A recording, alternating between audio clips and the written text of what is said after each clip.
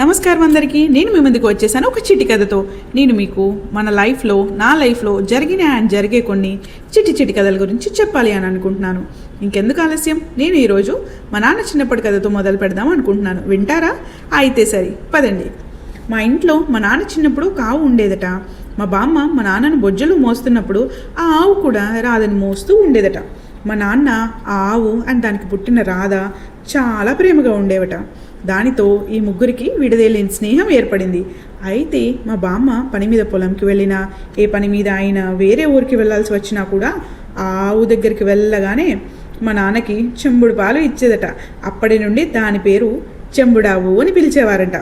అలా ఆ చెంబుడు పాలతో మా నాన్న బొజ్జ నిండిపోయేదట.